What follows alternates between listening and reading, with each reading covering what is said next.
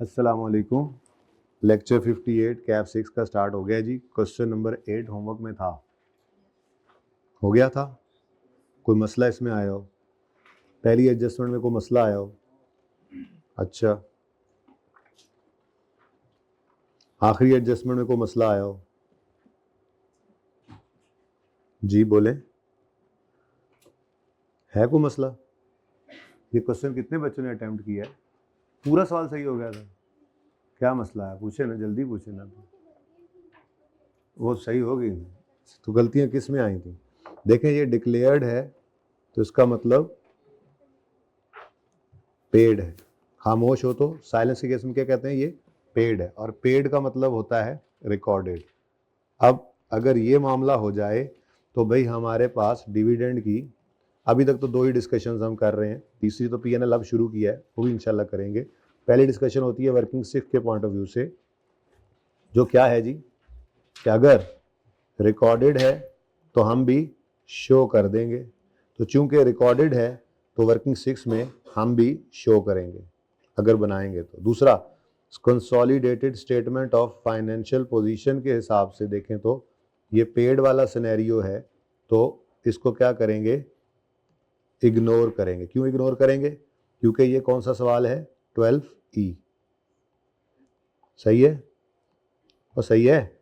और तीसरी डिस्कशन इसकी होती है consolidated statement of comprehensive income के पॉइंट ऑफ व्यू से, इंशाल्लाह आज कर लेंगे वो भी। ओके, अच्छा।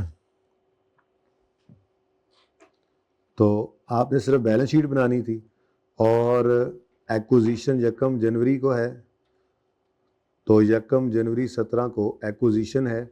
नहीं गिवन थी रिटेन्ड अर्निंग्स यकम जनवरी 17 की, बोले तो वर्किंग 6 बना के आपने निकाली होगी। वर्किंग 6 में क्लोजिंग आ रही आपने ये लिखी होगी 410। फिर फॉर द ईयर प्रॉफिट कहीं गिवन होना चाहिए। कौन से पॉइंट में गिवन है? पॉइंट 4 में। ये 200 मिलियन जेएल ने प्रॉफिट शो किया और 60 मिलियन जेएल वाले को हमने क्या करना? हमने तो एसएल वाले प्रॉफिट को पकड़ा। फिर एसएल ने 10% डिविडेंड डिक्लेयर किया था, कैश डिविडेंड, नवंबर 2017 में, जो पे हुआ है। एक मिनट, पेड नहीं है, तो पूरी बात लिखी हुई है, सॉरी। तो पेड नहीं है, इसका मतलब पेड तो नहीं है, लेकिन पूरी बात, फिर अगर पेड नहीं है तो फिर अगली बात पूरी करेगा। ठीक है, मैंने तो पढ़ा ही नहीं है, आई एम सॉरी, लेकिन चलो अच्छा हो गया, देखो ऐसे होता है। ठीक है, पेड होता तो ये होता, लेकिन वो क्या कह रहा है? पेड जो हुआ है वो 2 जनवरी 18 को हुआ है। हमारे साल के एंड पे पेएबल पढ़ा होगा एस की किताबों में, तो रिसीवेबल पढ़ा होगा पी की किताबों में। लेकिन dividend has correctly been recorded by, तो इसलिए रिकॉर्डेड तो है ना, ठीक है, पेड नहीं है बट रिकॉर्डेड है, ये सवाल ने खुद बता दिया। तो वर्किंग 6 के पॉइंट ऑफ व्यू से बात अभी भी वही है। ओके, रिकॉर्डेड है तो हमने वर्किंग 6 में शो करना है, लेकिन बैलेंस शीट के पॉइंट ऑफ व्यू से इसको इग्नोर नहीं करना, बल्कि गालिबन ये कौन सा केस था? पहले केस पे दोनों ने रिकॉर्ड नहीं किया था, दूसरे में मुझे थोड़ा याद नहीं आ रहा, आप सवाल ओपन कर लीजिएगा। पहले में दोनों ने रिकॉर्ड नहीं किया था, दूसरे में एक ने किया था, दूसरे ने नहीं किया था, तीसरे में दूसरे ने किया था, पहले ने नहीं किया था, और चौथे में ये केस था। आई थिंक ये 12D है, अगर मैं सही हूं तो देख लें जरा। 12D है। आपने कैंसिल करना है, ओनली कैंसल आपस का रिसीवेबल पेएबल, यही किया था फिर। और बोलो ये कौन सा है? 12D है मेरे ख्याल से, ठीक है। और अभी ये डिस्कशन है, बी है, बी में दोनों ने रिकॉर्ड किया हुआ था। चले, ए में दोनों ने नहीं किया था, बी में दोनों में किया था, अच्छा सी और डी में वो दूसरा मामला था। ठीक है जी, तो रिकॉर्डेड है, वर्किंग 6 में आ गया, तो क्लोजिंग आ रही 410, प्रॉफिट 60, डिविडेंड चूंकि रिकॉर्डेड है तो फिर 10% ऑफ 200, ठीक है, 20 रुपए का डिविडेंड आया। और आपने यकम जनवरी 17 की आरी निकाल ली होगी, बैलेंसिंग, जो आपकी एक्विजिशन डेट भी है, तो आपकी ये प्री आरी आ, ठीक है, सही है। और कोई मसला इस सवाल में आया हो बताएं। ये भी एक था, इसने सेल की है मशीन, एक ने दूसरे को, एस ने पी को, बोलो 52 मिलियन की मशीन, फॉर 52 मिलियन की सेल की है at a gain of 12 million, however no payment has yet been made और अब मामला सिर्फ ये था कि आपने यहां पर ये एडजस्टमेंट कौन सी है, 6, एडजस्टमेंट 6, डिस्पोजल अकाउंट। अब डिस्पोजल अकाउंट, अब साथ ये भी लिख ले किसने बेचा है, एस ने पी को बेचा है, एस टू पी है। अब वो कहता है कि इसने बेचा है पता नहीं कितने का, पीपी के अकाउंट से पता नहीं क्या आएगा, ठीक है, बेचा है कितने का, एक मिनट मुझे 52 कैश लिखने दें, ठीक है, 52 का eight a gain, disposal credit होगा तो पीएनएल डेबिट, इधर तो लॉस आता है तो गेन किधर आएगा, कितना 12, ठीक है। अब कैश आया नहीं था, बस इतना सा फर्क था, ये तो खत्म हो गया ना, काम तो खत्म हो गया ये अगर आप चाहें ना तो आप बैलेंसिंग इसको निकाल सकते हैं, लेकिन क्या मुझे इसकी कभी जरूरत हुआ करती है, मुझे इसकी जरूरत नहीं थी, निकालना चाहे तो निकाल सकते हैं, मैं लिख नहीं रहा, मुझे जरूरत नहीं थी, मुझे चाहिए क्या होता है, ये ग्रॉस गेन जिसको मैंने पकड़ कर ले आना है इधर,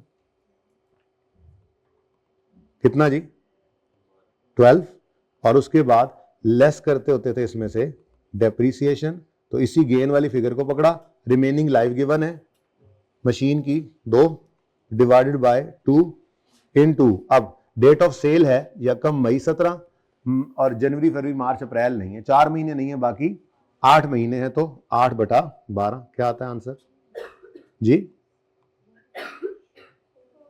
4 आ गया, और नेट गेन कितना बन गया 8, और इस 8 के नेट गेन को रिवर्स मारें। अब देखें, चूंकि पीएनएल का सवाल नहीं है इसलिए अलग से इसको नहीं लेना, अलग से इसको नहीं लेना, ये इसलिए बात कर रहा हूं कि हम हर एडजस्टमेंट को अब ऐसे देखना शुरू कर चुके हुए हैं कल से। आपस की सेल परचेज को देखा ना, सेल को हमने बैलेंस शीट का सवाल करते हुए इग्नोर किया था, अनसोल्ड तो वैसे ही साइड पे रखते हैं ना, उसका प्रॉफिट लेना होता है, सिर्फ अनसोल्ड के प्रॉफिट को पकड़ते थे बैलेंस शीट के सवाल में। कल पीएनएल का सवाल करते हुए हमने सेल की फिगर को भी पकड़ा था, क्योंकि फेस क्या है, गड़बड़। बिल्कुल ऐसे ही आज पीएनएल के सवाल में अगर ये एडजस्टमेंट आ गई तो सिर्फ नेट गेन से काम नहीं चलना, क्योंकि एक ने गेन बुक किया हुआ है अदर इनकम में एस ने, और पी ने डेप्रिसिएशन ज्यादा बुक की हुई है अपनी एक्सपेंसेस में, तो फिर इनकम में अलग रिवर्सल होता है, एक्सपेंस में अलग, प्रॉफिट में तो नेट यही असर पड़ता है। तो बैलेंस शीट में ये काम चल रहा होता था। खैर एनीवेज, फिलहाल तो बैलेंस शीट का सवाल ही चल रहा है, तो आपने इस नेट गेन की एंट्री क्या की, गेन उल्टा दो, गेन डेबिट किसने बेचा, एस ने, तो S R E debit, S R E में गेन उल्टा दिया आपने, गेन, ठीक है, gain debit, S R E debit, और लिख ला भाई, और पीपीई क्रेडिट, ठीक है जी 8 से ये एंट्री आपने की होगी। लेकिन एक एडिशनल काम क्या हुआ था, ये जो पैसे थे ना, ये उसने बोल दिया कि ये कितने गया, no payment has yet been made by parent, का मतलब पेरेंट की किताबों में पेएबल, तो एस सब्सिडरी की किताबों में, तो ये कैश की बजाय सिर्फ यहां पे क्या होना था, तो एडिशनल चीज क्या थी, ये आप मिस कर गए होंगे शायद, ठीक है, क्योंकि ये सवाल में मैंने क्लास में शायद अभी तक नहीं कराई थी, आ जाएगी आगे कहीं ना कहीं, लेकिन आपके सामने आ गई तो क्या होगा, आपस का रिसीवेबल पेएबल नहीं है क्या ये, तो ये 52 रुपए की एक एंट्री भी पढ़नी थी। अब सोल्यूशन में जाकर देखें आपको क्या क्या नजर आएगा, जरा जल्दी से कर लेना, सोल्यूशन दूर है, मैं नहीं जा रहा, सोल्यूशन ओपन करें, मैं आपको कुछ चीजें आपको टिक करा दूं, देखें इधर पहुंच गए सोल्यूशन में। सबसे पहले देखें एसआरई में 8 डेबिट हो रहा होगा, टिक करें उसको, और फिर फेस पे, बैलेंस शीट के फेस पे आके देखें पीपी में से 8 क्रेडिट हो रहा होगा। अभी मिल ही रहा भाई को, पेज नंबर बताओ, मैं खुद ही ओपन कर लूं, 6 मैं ओपन ही कर लेता हूं। क्या यार क्या करते हो यार, ये तो दूर नहीं है, ये तो करीब ही है। कौन सा सवाल है, 8वां, अच्छा सवाल था वैसे। ये देखें जी, ये देखो भाई, इधर छोड़ो एसआरई डेबिट 8 से और पीपीई फेस पर क्रेडिट 8 से, डन हो गया। उसके बाद और कुछ नहीं करना, हाँ चूंकि उसने अभी पे नहीं किया पी ने, तो एस ने रिसीव भी नहीं किया, फिर जाहिर सी बात है, तो ये कैश नहीं था, लेजर वैसे ही बनाया, एंड पे क्या लिख दिया, कैश काट के रिसीवेबल। अब ये 52 रुपए, एक का रिसीवेबल है दूसरे का पेएबल है, तो करंट एसेट्स में देखो ये 52 माइनस हो रहा है, और करंट लायबिलिटीज में देखो तो ये 52 आपस का रिसीवेबल पेएबल माइनस, ठीक है।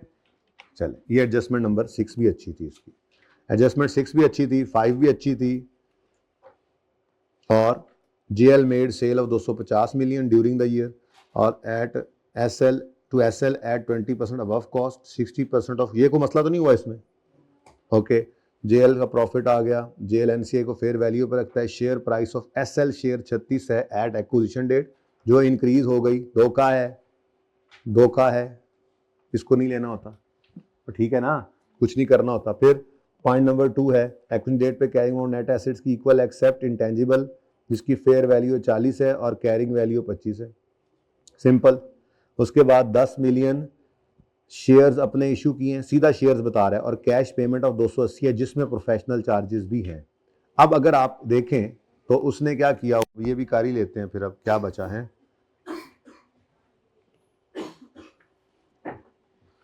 एथिक्स याद करके आए हो ना, देख लेना, आज मैं सुनने जे प्रिंसिपल्स।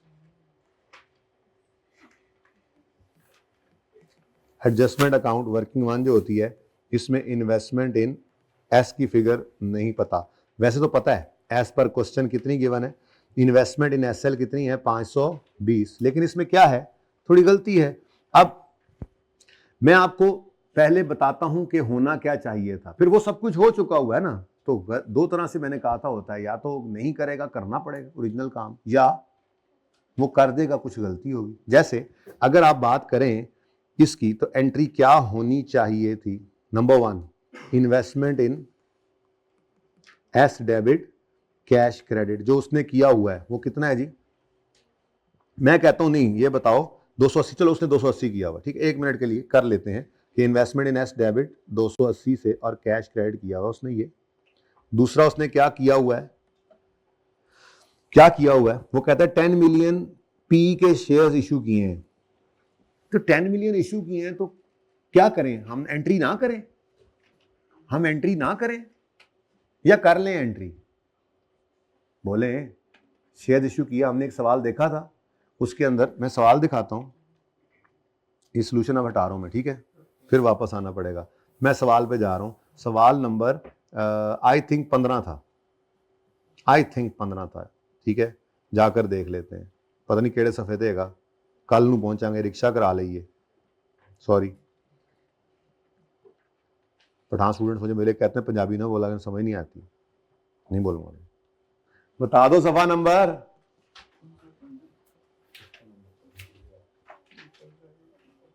बस ठीक है, आ गया हूं मैं करीब, ये देखो जी कहता है cash 2 shares of P for each 3 shares of S, ये इशू किया, लेकिन साथ ही एक लाइन लिखी हुई है, शेयर इशू हैज, तो मैंने यहां पर आपको जुबानी एक बात बोली थी कि अगर क्वेश्चन खामोश होगा, साइलेंट होगा,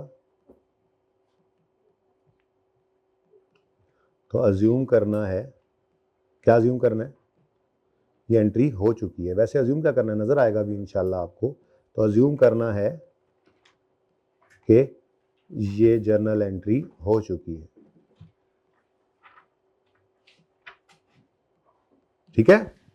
फिर आपने 16वां सवाल किया होमवर्क में, आई थिंक, है ना, 16वां किया था, ये कौन सा है, 15वें का ही आंसर आ गया, ये 16वां है, 15वें में, हाँ अच्छा, वो आपने होमवर्क किया था, तो ये 1 share of P for 10 shares of S, लेकिन साथ ही क्या लाइन लिखी हुई है, share issue has not been recorded, अब ये लिख दिया है तो फिर हमने जर्नल एंट्री की, अगर ये खामोश होगा, मैंने इधर लिखना था, चलो इधर लिखा गया, अगर ये खामोश होगा तो क्या अज्यूम करना है कि ये जर्नल एंट्री हो चुकी है, ये मैंने ज़बानी बोला था ना, मुझे याद है, कोई नहीं, आपको नहीं याद तो खैर है, मुझे जो याद है, की कॉपी करने लग गए पाए ना, एडा केड़ा कॉपी कहता है तुहानू, छड़ दो पाए।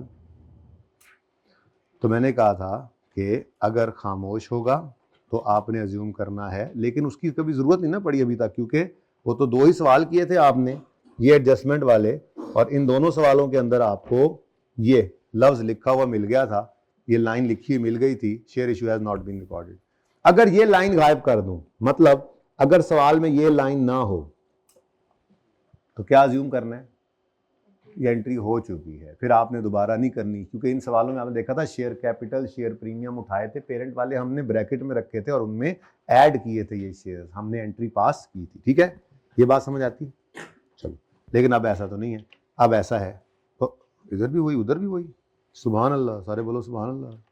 फिर जाना पैना है रिक्शा करा के पास पेपर 8 पे।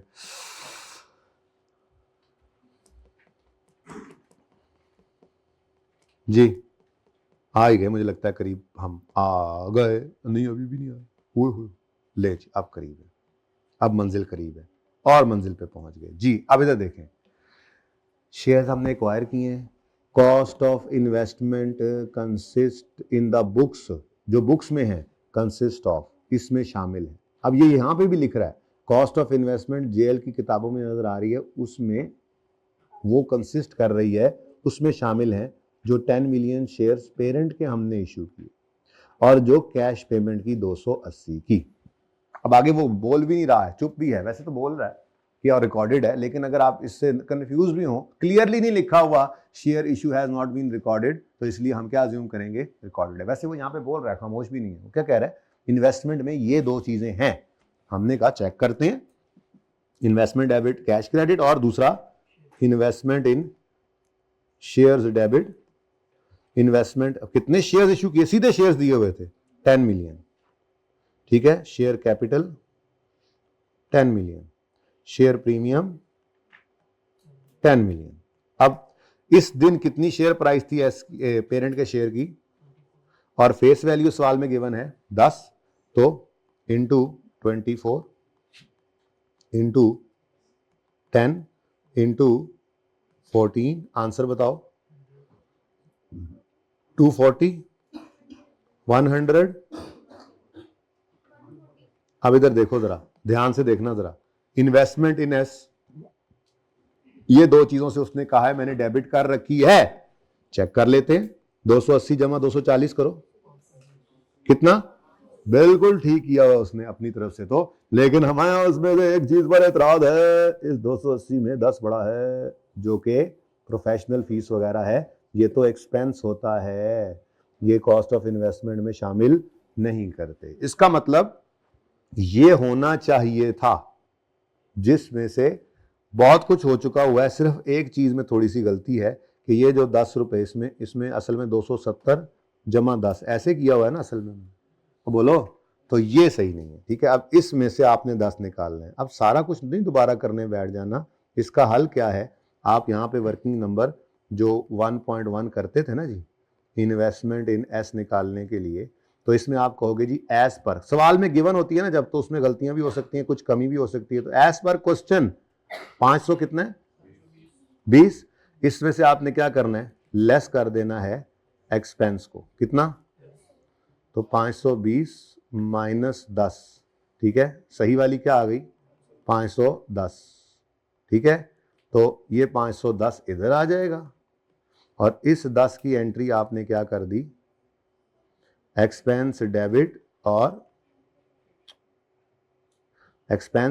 और इन्वेस्टमेंट इन एस क्रेडिट। अब ये एक्सपेंस डेबिट जो है इसको भूलना नहीं है, कहां डेबिट करना है आपने इसको, सीआरई, ठीक है, कंसोलिडेटेड रिटेन्ड अर्निंग्स, 10 रुपए, यही किया था, ये सीखा था, ये सवाल के अंदर देखा भी था। ठीक है, तो ये कहानी है जनाब, इस एडजस्टमेंट की भी, ये भी हो गई। ये कौन सी एडजस्टमेंट नंबर है जी, मेरे ख्याल में तो सारा सवाल ही मुझसे आपने करवा लिया गल्ला गल्ला विच, हैं जी, ये एडजस्टमेंट नंबर 1, एडजस्टमेंट 1, तो जो होना था, देखो ना, जो होना था वो हो चुका, ओरिजिनल ये रॉन्ग, ओरिजिनल बस यहाँ पे 270 कर देना था, ओरिजिनल 270, और एक्सपेंस वो करने की जरूरत नहीं है, जो होना था सही हुआ पड़ा है, गलती सिर्फ क्या है, इसमें 10 ज्यादा एडेड है, वो निकाल दो, बाकी सब सही है। ठीक है जी, अब इस सवाल में और कोई मसला है तो मुझे बताएं।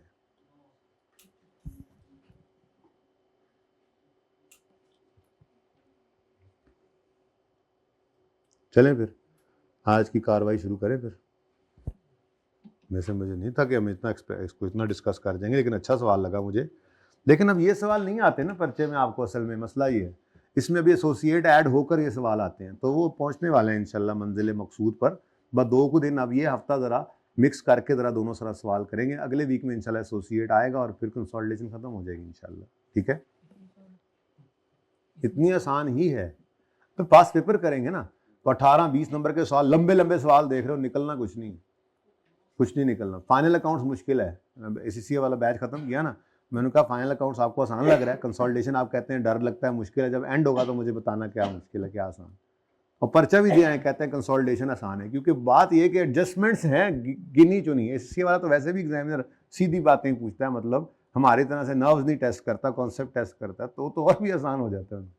तो एडजस्टमेंट्स में घुमाता है, बस इन्हीं कोई कर देगा, गलती करा देगा इसमें, ये जैसे गलती करा दी, ठीक है, गलती करा देगा, या गायब कर देगा, काम नहीं किया होगा, रिकॉर्ड नहीं करवाएगा, रिकॉर्डिंग आप करवा लेगा, या रेक्टिफिकेशन करवा लेगा। कॉन्सेप्ट वही है, वो जो आपने कौन से पेज के ऊपर परचेज कंसिडरेशन की एडजस्टमेंट देखी थी, वो क्वेश्चन नंबर 17, 18, 19, 20, 21, बस वो 5 क्वेश्चन। कैश ले लो, शेयर्स ले लो, डिबेंचर्स ले लो, कैश ले लेना, शेयर्स ले लेना, बिल्डिंग ले लो, बस और कुछ नहीं। सही है, चले अच्छा जी, आ जाए अब जरा। आज का जो सवाल है वो बड़ा अहम है। कपास के काश्तकारों के नाम, अहम पैगाम। पीएनएल वाला सवाल किया था, बोलो, जो मैंने करवाया था, मैंने कहा था दोबारा करने हैं वो सवाल, किए थे सवाल?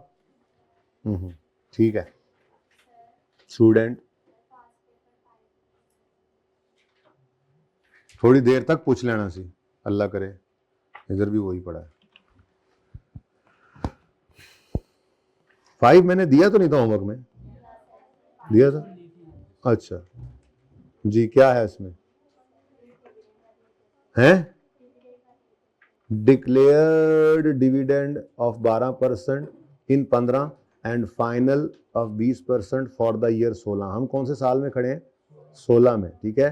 तो बीएल ने 12% 15 में डिक्लेयर किया था, ठीक है।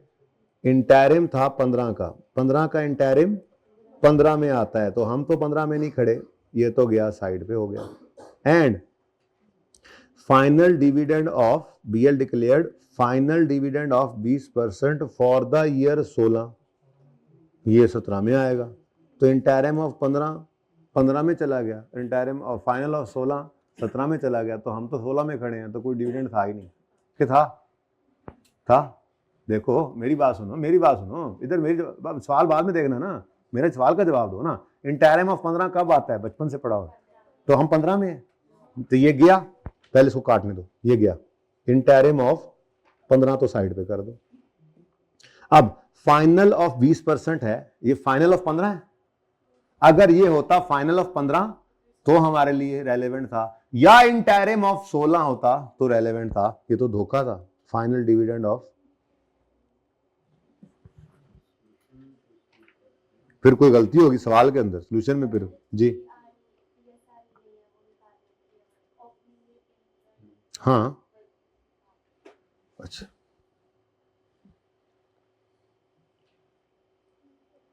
BL declared 12% in the year 15 and फिर ये यही लग रहा है कि उसने 15 के अंदर ही फिर ये भी किया डिक्लेयर फॉर द ईयर 16, लेकिन फिर उसके साथ उसको 16 लिखना चाहिए था अगर वो ले रहा है। चले जाके कैलकुलेशन कर लेते हैं। क्लोजिंग क्या है जी? रिटेन्ड अर्निंग 258, डन जी।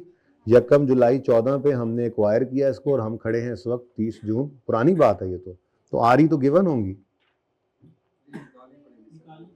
2 साल के प्रॉफिट दे दिए उसने। हाँ तो फिर तो बेटा जाहिर सी बात है 15 की आरी भी कर, एफएआर भूलना नहीं है, ऐसे नहीं हो सकता। मैं यहाँ पे कर देता हूँ आपको, अब ये वर्किंग देखिएगा। एस की आरी, अब देखो ये आपका ना, ये एफएआर, जिसको पहले FAR1 कहते थे, जो पास करके आए हो, जिसमें आपका फेवरेट टॉपिक था SOCIE, क्योंकि वही IAS 8 में भी चलता था और वही वो टेस्ट भी किया करता था। बहुत सिंपल सा, मैंने आपको यूं सिखाया था जहाँ तक मुझे याद पड़ता है, बाकी बच्चों ने भी ऐसे ही सीखा होगा इंशाल्लाह अपनी अपनी जिंदगियों में। यहाँ पर 30 जून 2016 है हमारा साल, ठीक है।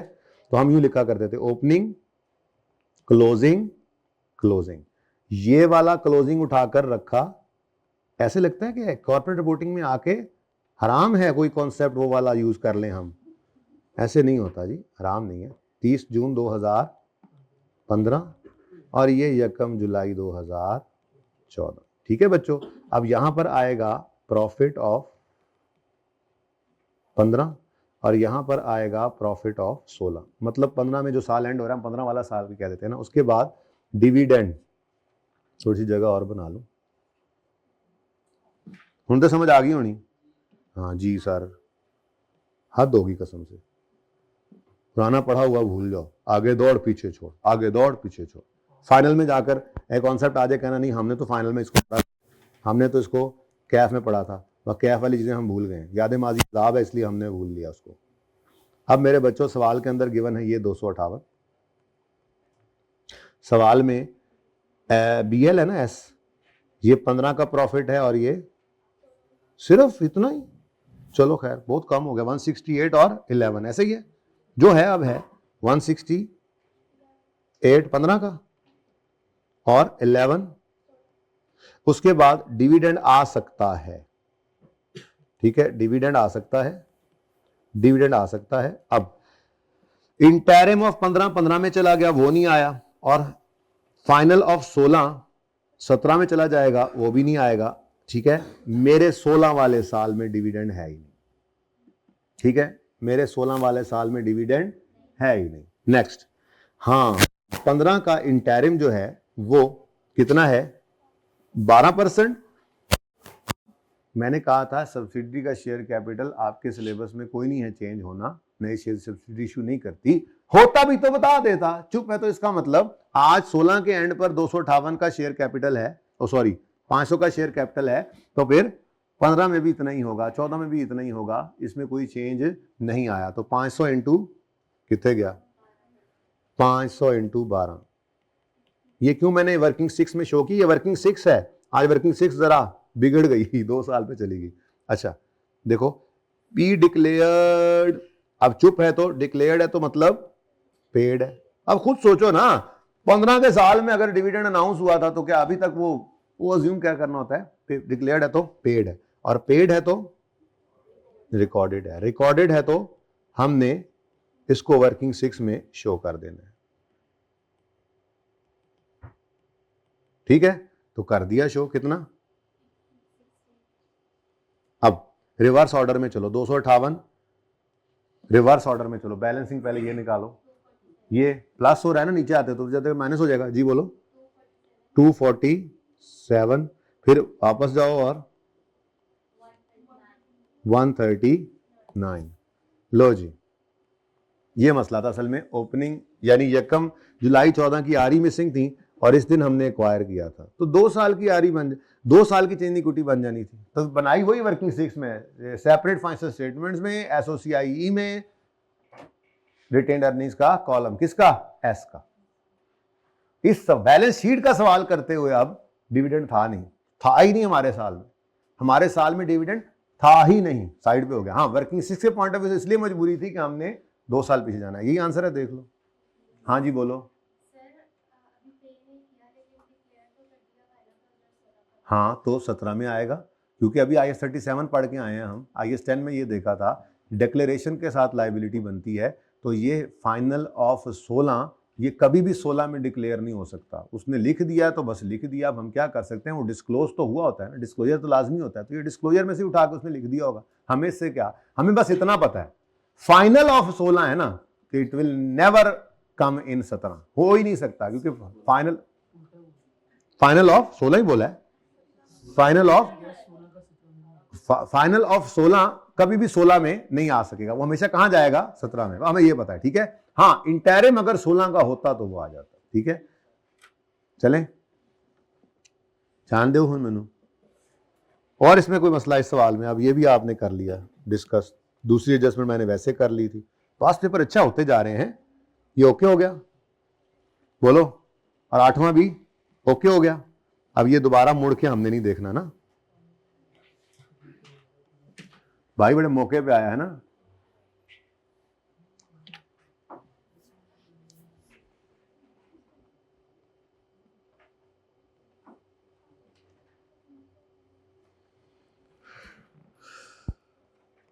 ये 24वां इंशाल्लाह कल करेंगे, छोटा सा सवाल है, इससे पहले कि बड़ा सवाल करेंगे, छोटा सवाल मिड ऑफ द ईयर है। आज तक कभी mid of the year acquisition PNL के सवाल में अभी तक हमने नहीं देखी, अभी शुरू का जुमा एक दिन हुआ है, ठीक है। हाँ, बैलेंस शीट के सवाल में mid of the year acquisition आई हमने देखी, और उसमें आरी मिस कर दे तो वो भी हमने देखा था, प्रॉफिट बांटना देखा था ना, ये तो देख लेंगे, कोई मसला नहीं, टेंशन मत हुआ, नहीं देखा था तो अब देख लेंगे। ओके जी। 27 इतना आसान सवाल है, इतना आसान सवाल है, इतना आसान सवाल है कि मैं आपको क्या बताऊं। तो ये आपके आज 2 सवाल होमवर्क में चले जाने हैं। 27 वैसे ही कर लिए, दिल करे तो कर लीजिएगा, मैं ये 28 कराने लगा हूं। 29 असल में तो आपका होमवर्क है, 29 पी और एस वाला, ये फुल फ्लैश सवाल। ओए होए होए, सिर्फ इनकम स्टेटमेंट मांगी गई है।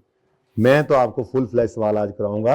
कंसोलिडेटेड स्टेटमेंट ऑफ प्रॉफिट और लॉस बना दें, consolidated statement of financial position बना दें, ठीक है। दोनों आज आ गई। हमने बैलेंस शीट में महारत हासिल कर ली थी अल्हम्दुलिल्लाह। पीएनएल के अंदर भी हमने अपने कदम जमा लिए हैं, बेस बना ली है। पीएनएल का तरीकाकार क्या है? पीएनएल का तरीकाकार है, देखो हमने जितने, मैंने 2 सवाल आपको कराए बड़े, तो समझे 25-26 थोड़े से एडजस्टमेंट साथ, तो आपने ये गौर किया मैंने डबल एंट्री बोली ही नहीं पीएनएल बनाते हुए, बोलनी भी नहीं, क्योंकि अगर तो सवाल सिर्फ पीएनएल का है तो ऐसे ही करना है, डबल एंट्री नहीं बोलनी, जरूरत नहीं है। और अगर सवाल सिर्फ बैलेंस शीट का है तो पीएनएल के तो वो तो पहली डबल एंट्री से करते थे। और अगर दोनों भी आ जाएंगे जैसे आज वाले सवाल में है तो हम अपनी तरतीब नहीं बदलेंगे, हम पहला सफा पीएनएल के लिए छोड़ देंगे, दूसरे सफे पे अपना सवाल शुरू कर देंगे, भूल जाएंगे ये बात कि पीएनएल भी कोई चिड़िया होती है जिसका नाम होता है शायद, हम कहेंगे पता नहीं पीएनएल क्या होता है, अपना सवाल करेंगे बैलेंस शीट का प्रॉपर, बैलेंस शीट एंड पे टिच टैली बैलेंस हो जाएगी, उसके बाद फिर सिर्फ क्या रह जाएगा, पीएनएल। बैलेंस शीट तो पहले बनी हुई है और पीएनएल फिर उसी तरह से बगैर डबल एंट्री किए सिंगल इंपैक्ट सा सोचेंगे जैसे मैं कल से करा रहा हूं, ठीक है। तो फिर अलग सवाल करना भी आ जाएगा हमें। अब सवाल पर्चे के अंदर सिर्फ बैलेंस शीट का भी पूछ लेता है, सिर्फ पीएनएल का भी पूछ लेता है, दोनों भी पूछ लेता है। अब आज वाले सवाल में हमने दोनों करने हैं, लेकिन मैंने करने इंडिपेंडेंटली हैं। हम पहले सिर्फ बैलेंस शीट का सवाल करेंगे, फिर पूरा जब हो जाएगा तो सिर्फ पीएनएल का सवाल करेंगे। अब हमारी ये तीनों चीजें तैयार होंगी, सिर्फ बैलेंस शीट पहले से तैयार थी, इकट्ठा आ जाए आज देख लेंगे, सिर्फ पीएनएल मांग ले, लाजमी है इसको ऐसे ही करना, क्योंकि जरूरी नहीं है कि बैलेंस शीट और पीएनएल दोनों मांगे कि आप दोनों को साथ साथ कर सकें, नहीं कर सकते। बहुत सारे सवाल ऐसे हैं सिर्फ पीएनएल मांगता है आपसे, तो फिर तरतीब ही ऐसी पहले दिन से रखी मैंने, कल आपको 2 सवाल कराए सिर्फ पीएनएल बनाया। अब जितने सवाल कराऊंगा या तो वो अलग पीएनएल मांग ले, बिस्मिल्लाह, अलग पीएनएल नहीं मांग रहा, दोनों चीजें भी मांग रहा है ना, तो मैंने बैलेंस शीट अलग ही करानी है और पीएनएल आपको अलग ही कराना है, ठीक है, सही है। अब तरतीब क्या होगी जी, अप्रोच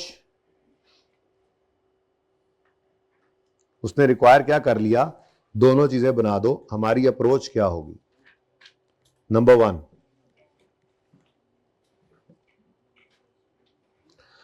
स्टेप 1 हम करेंगे कंसोलिडेटेड स्टेटमेंट ऑफ, प्रिपेयर करें consolidated statement of financial position. और आपको गई है तो हम लेफ्ट हैंड से करते होते हैं, अब सारी एडजस्टमेंट्स तो खत्म हो गई हैं, अब इसमें तो कुछ बचा नहीं है, ठीक है। तो prepare consolidated statement of financial position पहले बना लेंगे, फिर स्टेप 2 में जैसे हमने कल से बनाना सीखा, बस अब एडजस्टमेंट्स ही बढ़नी है, पीएनएल तो बनाना आ गया आपको, जैसे एक आपस की सेल परचेज की बात कर ली थी ऐसी बाकी भी आती जाएंगी। फिर प्रिपेयर करेंगे हम कॉम्प्रिहेंसिव इनकम, ठीक है जी। हाँ जी, कोई मसला इस अप्रोच से, आपको कोई तकलीफ है भी तो मैं क्या कर सकता हूं, फिर अपनी को अप्रोच बना लीजिए, शुरू करें जी काम। क्या देख रहे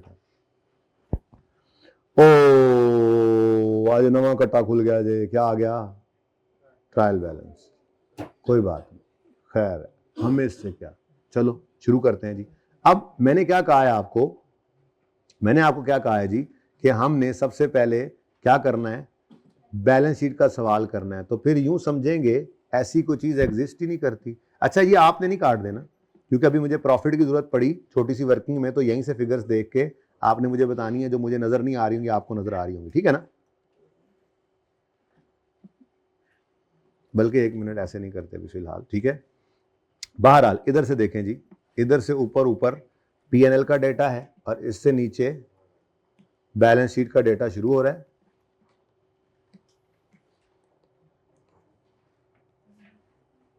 ठीक है, तो हमने पहले बैलेंस शीट का सवाल करना है, ठीक है।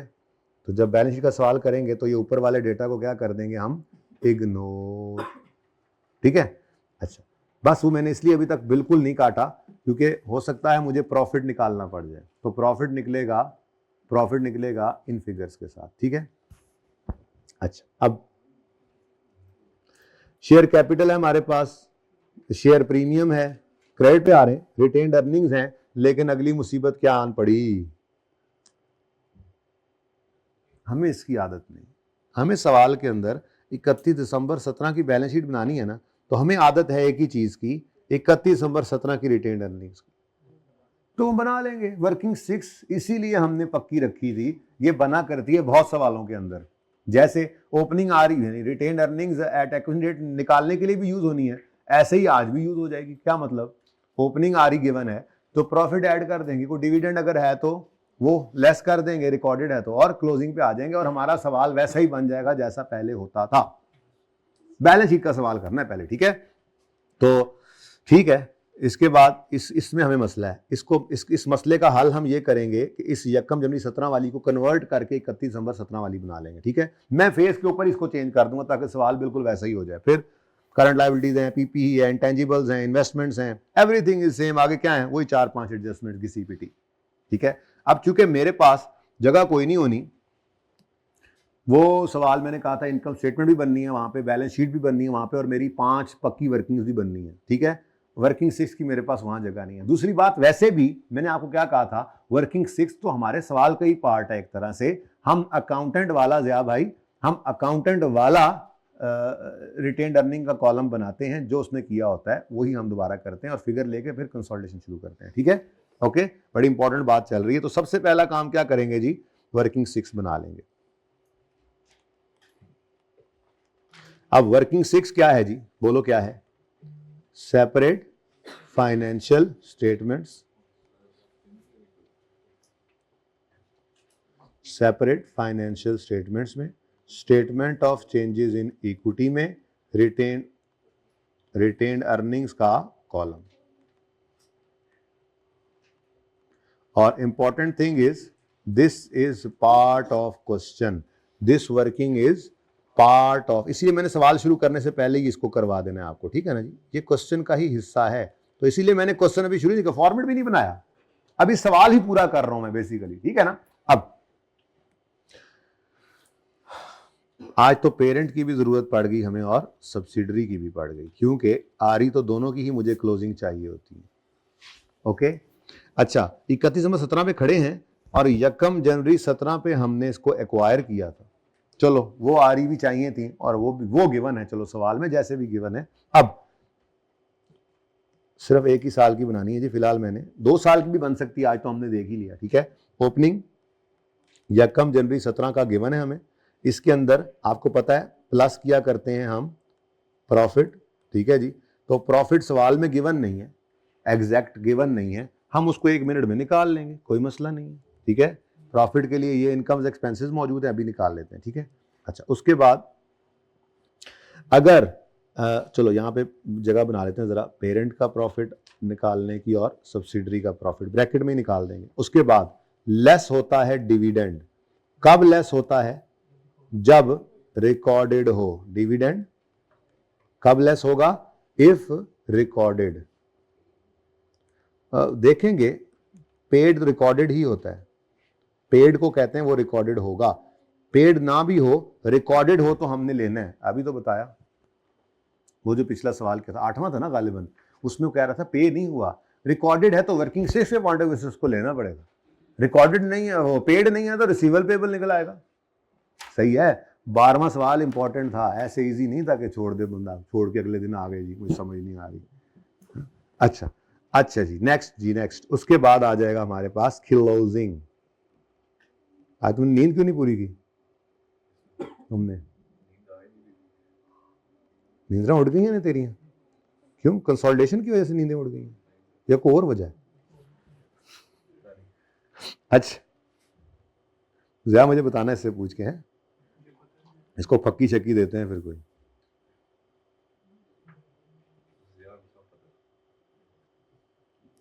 सब तो बेटा इसको भी नहीं पता होगा, ये बातें ही होती हैं। अच्छा चलिए जी बेटा जी, क्या गिवन है हमें सवाल में? हमें गिवन है ओपनिंग आ रही 4500 और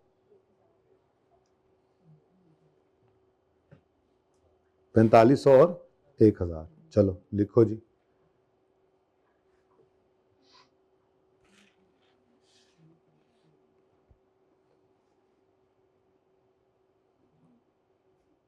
चलो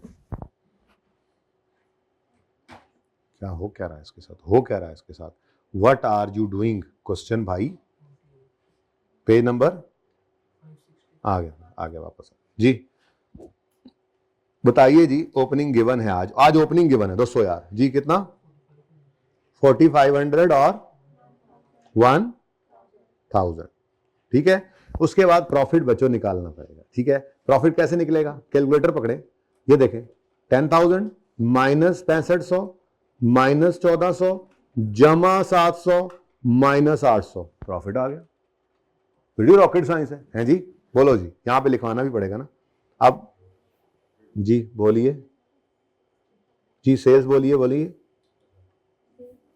10 बोले ना, मैंने लिखना है यहां पे 10,000 माइनस 6500 माइनस 1400 प्लस माइनस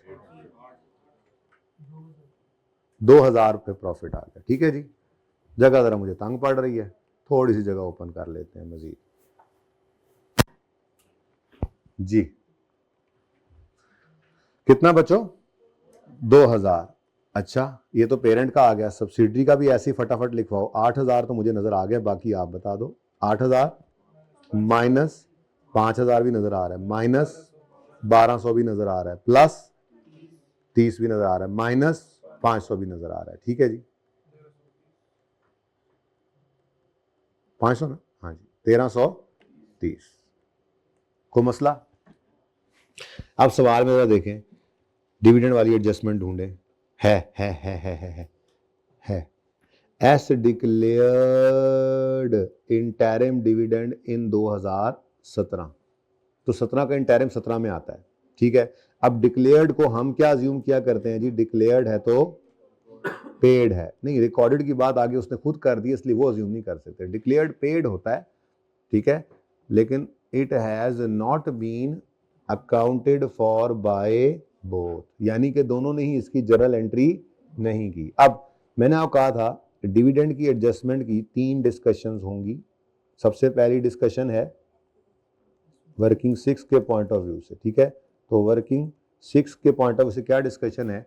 अगर रिकॉर्डेड नहीं है तो हम भी शो नहीं करेंगे। वो अलग बात है कि बैलेंस शीट का सवाल करते हुए ये सेपरेट की गलती है, हम उस गलती को सही जरूर करेंगे, लेकिन अभी तो हमने सवाल शुरू ही नहीं किया। सवाल शुरू करेंगे तो गलती सही करेंगे, अभी तो हम सवाल को ही पूरा कर रहे हैं, हमारी चीजें ही नहीं पूरी, ठीक है। तो इट हैज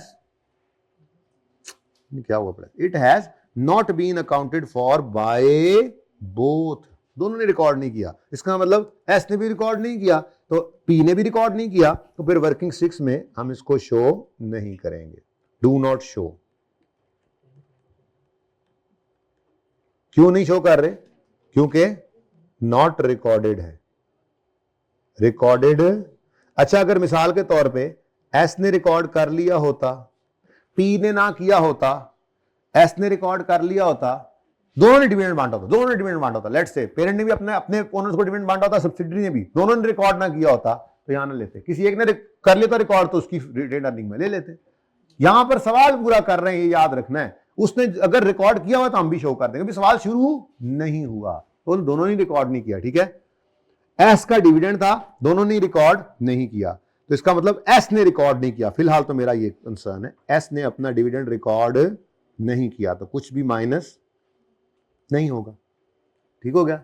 दूसरी चीज, पेरेंट का डिविडेंड था ही नहीं। पेरेंट भी तो अपने ओनर्स को डिविडेंड बांट सकता है ना, ये तो भाई इसके डिविडेंड में से इसको हिस्सा मिलना है, वो इनकम बनती है। आरई के अंदर तो डिविडेंड जो बांटा जाता है वो आता है ना, तो एस ने डिविडेंड बांटा है ड्यूरिंग द ईयर, पी ने डिविडेंड बांटा नहीं है, तो इसलिए मैंने इस जगह को खाली छोड़ दिया। इसने डिविडेंड बांटा है पर इसने रिकॉर्ड नहीं किया, और पेरेंट ने इसकी इनकम में से अपना शेयर भी रिकॉर्ड नहीं किया, वो अलग बात है। लेकिन आरई के अंदर तो जो डिविडेंड डिस्ट्रीब्यूट करते हैं हम अपने ओनर्स को, वो आता है। ऐसे डिविडेंड डिस्ट्रीब्यूट किया, रिकॉर्ड नहीं किया, तो हम रिकॉर्ड करवाएंगे अभी उससे कंसोलिडेशन करते हुए। पहले सेपरेट की गलती, ये सेपरेट की गलती है, सही, ये गलत वाला अकाउंट मैंने बनाया है, यूं कहूंगा मैं, क्योंकि जो सवाल में हुआ पड़ा, जो उस अकाउंटेंट ने बनाया था, ये मैं वही बना रहा हूं। ओके, अकाउंटेंट वाला, इसको हम क्या कहते होते थे? अकाउंटेंट वाला। ये कॉलम कौन सा है? अकाउंटेंट वाला। ठीक है, अच्छा जी, बोलें क्लोजिंग कितना आ गया? क्लोजिंग बैलेंसिंग आज क्लोजिंग आ गया जी, कितना? 6500 और 2330। ठीक हो गया जी? ओके, चलें आगे, नेक्स्ट। अच्छा, अब देखो, इधर देखना जरा। सबसे पहली चीज मैंने क्या करनी है, ठीक है, यहां पर भी ऐसे ही हुआ है, ये सारा कुछ डायरेक्ट कर लिया ना ब्रैकेट में, ठीक है, प्लस और ये माइनस होते गए, ठीक है, लेकिन अब ये ठीक है, जो इसका मतलब था वो पूरा हो गया। अब मेरा सवाल मुकम्मल है, मेरे हिसाब से मुकम्मल है। क्यों मेरे हिसाब से मुकम्मल है? इधर देखना जरा, देखना जरा। 31 दिसंबर 2017 की 31 दिसंबर 2017 की आरी मैंने निकाल ली, 2 नंबरी लगा दी मैंने सवाल के साथ। 31 दिसंबर 2017 कंसोलिडेशन डेट की, ठीक है जी। 4500 नहीं है, 10,000 नहीं है, बल्कि बोलो बोलो बोलो 6500 है और 2330, 2330। ठीक है जी, सही है। अब ये एक चेंज मैंने किया थोड़ी सी सवाल में, और ये वर्किंग 6 से मुझे फिगर मिल गई। अब ये सवाल अगेन मेरे मुताबिक हो चुका है, ठीक है। अब इसको मैंने कहाँ पे निकाला है जी? वर्किंग 6 में। मैंने सवाल की शक्ल बदल दी, आप पर्चे में बदल दें बेशक, पर यूँ काट के बदलेंगे ना, आप यूँ मिटा तो नहीं सकते। आप यूँ कर देंगे ऐसे, यूँ साफ सी सुथरी सी लाइन लगाएंगे पर्चे पे और साथ क्लोजिंग लिख देंगे, ताकि ओपनिंग भी आपको नजर आता रहे और क्लोजिंग भी आ जाए। अब ये सवाल हमारा है, कैसे?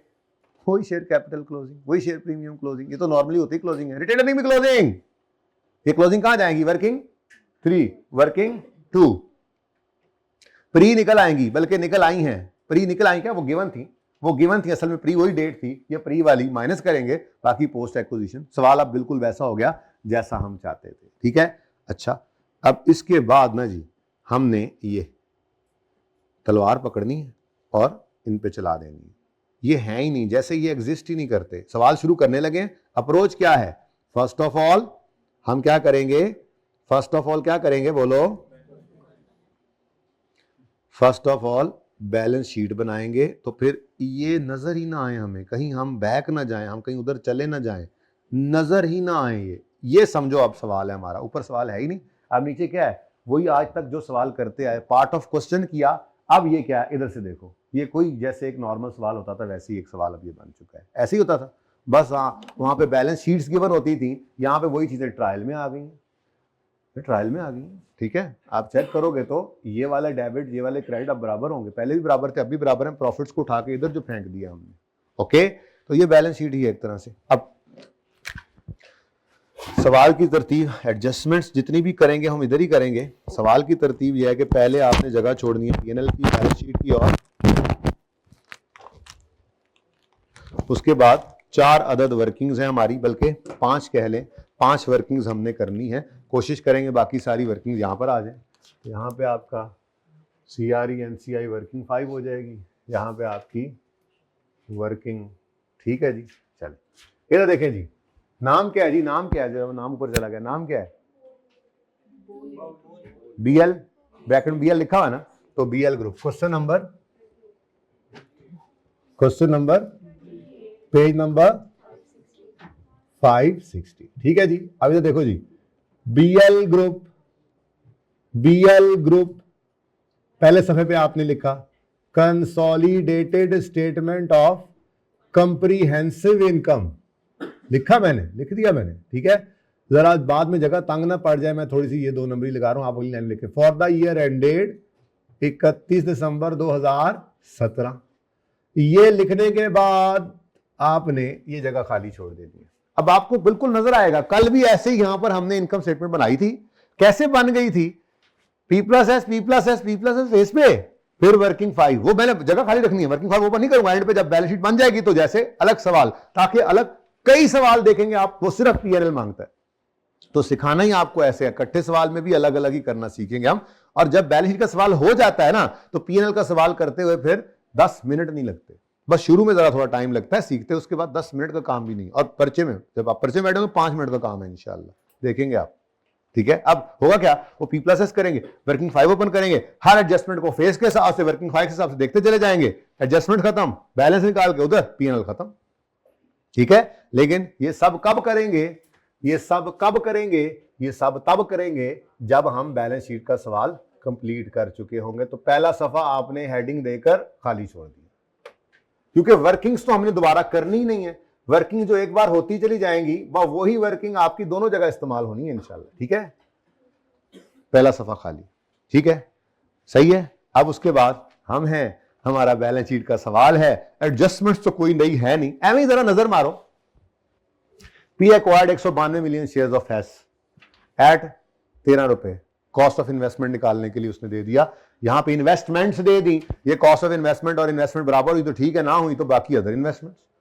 बी मैयर NC at fair value acquisition date पर मार्केट प्राइस इसकी कितनी है, 11 रुपए पर शेयर। अब 192 मिलियन शेयर अगर हमने खरीदे हैं और टोटल उसके जो हैं वो 32 मिलियन शेयर लग रहे हैं आई थिंक, ठीक है, तो उसमें से नहीं 320 मिलियन शेयर में से 192 हमने खरीदे, बाकी एनसीआई के, उससे एनसीआई की फेयर वैल्यू निकल आएगी।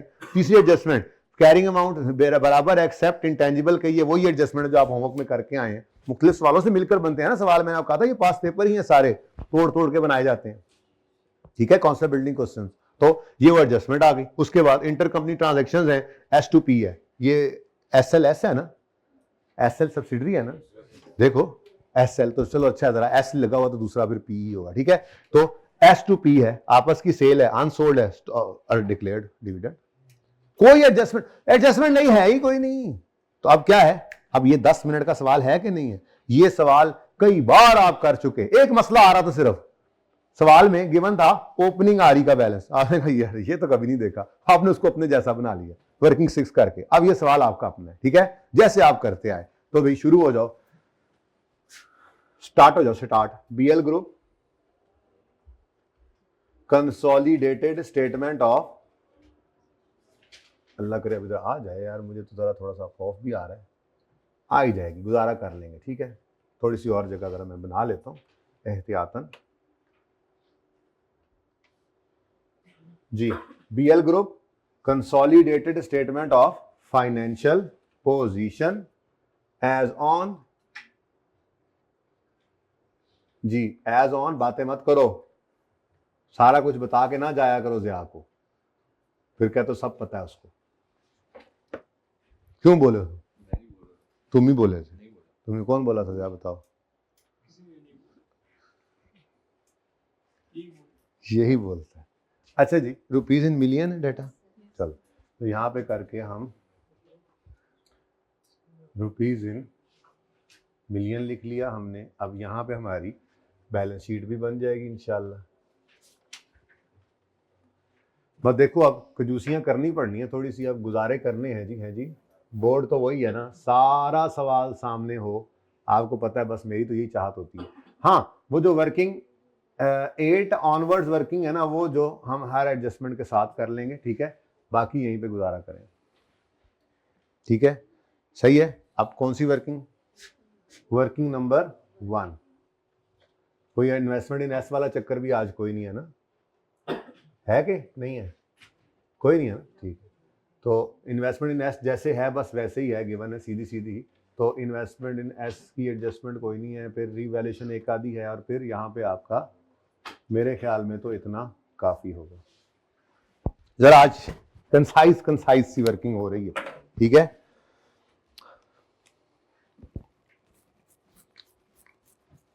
एसआरई के अंदर भी एडजस्टमेंट्स आ ही रही हैं थोड़ी बहुत, तो चलो खैर।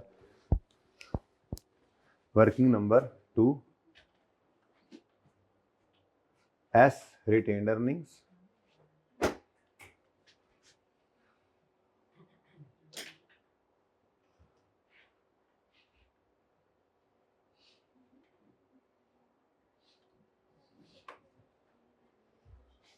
थोड़ी सी जगह बच की कोर वर्किंग हुई, जहां जो जितनी हो गई मेरे से मैं यहां कर दूंगा वर्किंग, ठीक है।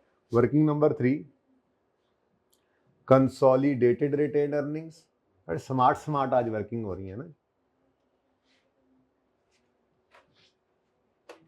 वर्किंग नंबर 4, एनसीआई या जाए हमारी बला से, और ये जगह है आपकी नए मेहमान के लिए खाली, और उसके बाद ये जगह छोटी मोटी वर्किंग हो सकी तो कर लेंगे।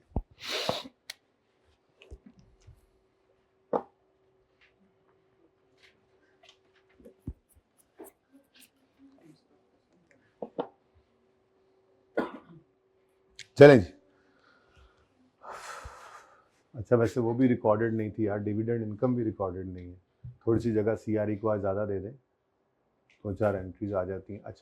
अच्छा जी, अब एडजस्टमेंट से पहले आप क्या करते होते हैं, P+S सादा कहाँ, मुफ्त के नंबर वो तो लें पहले।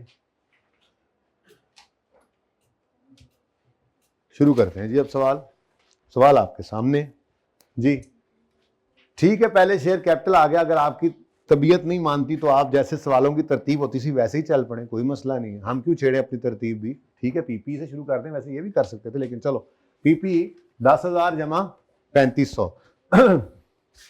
डेटा पहले ही ऑलरेडी मिलियन में है, इसको मेरे ख्याल में इससे ज्यादा नहीं छेड़ना चाहिए, हमें गड़बड़ हो जाएगी, ठीक है। तो 10,000 और पीपीई 10,000 प्लस 3500। जहां कहीं मसला आए बताइएगा।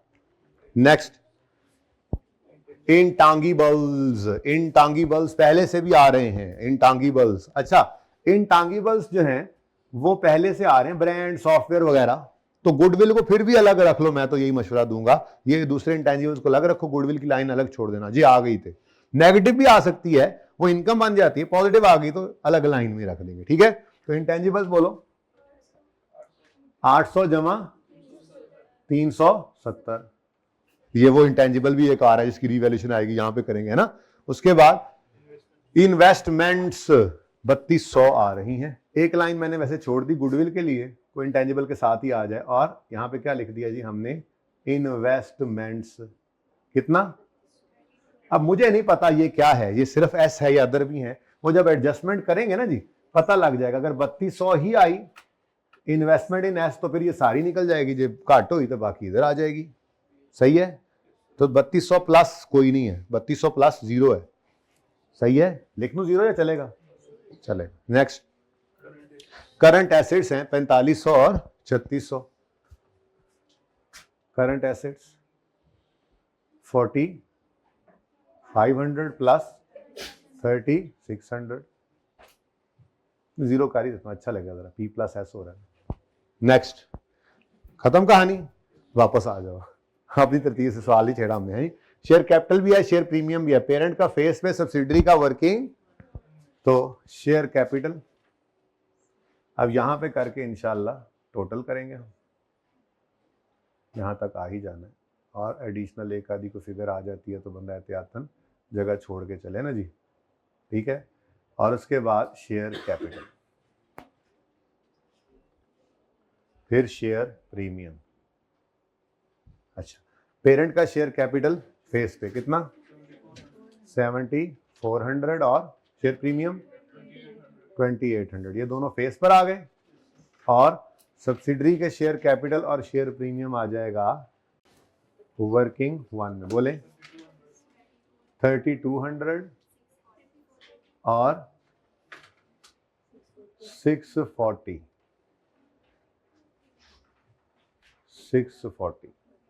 नजर ना आए शायद एंड वालों को, तो थोड़ा माजरत, आज जरा तंग है वर्किंग, ठीक है। उसके बाद आपकी आरी आ गई। ये आरी कहां जाया करती हैं जी, वर्किंग 6 से तो निकला है, इसको जरा डिफरेंट कलर से कर लेते हैं, ब्लैक से कर लेते हैं, ठीक है। वर्किंग 6, फिर वही वर्किंग 6, वर्किंग 3, वर्किंग 6 से निकली है, सॉरी। वर्किंग 3 में ये जाएगी और ये वर्किंग टू में, हमारी पुरानी तरतीब पर ये क्लोजिंग बैलेंसेस। तो पीआरई सीआरई में चला जाएगा, क्लोजिंग वर्किंग 6 से आया आज 6500, ठीक है जी। और एसआरई क्लोजिंग वर्किंग 6 से हमने निकाला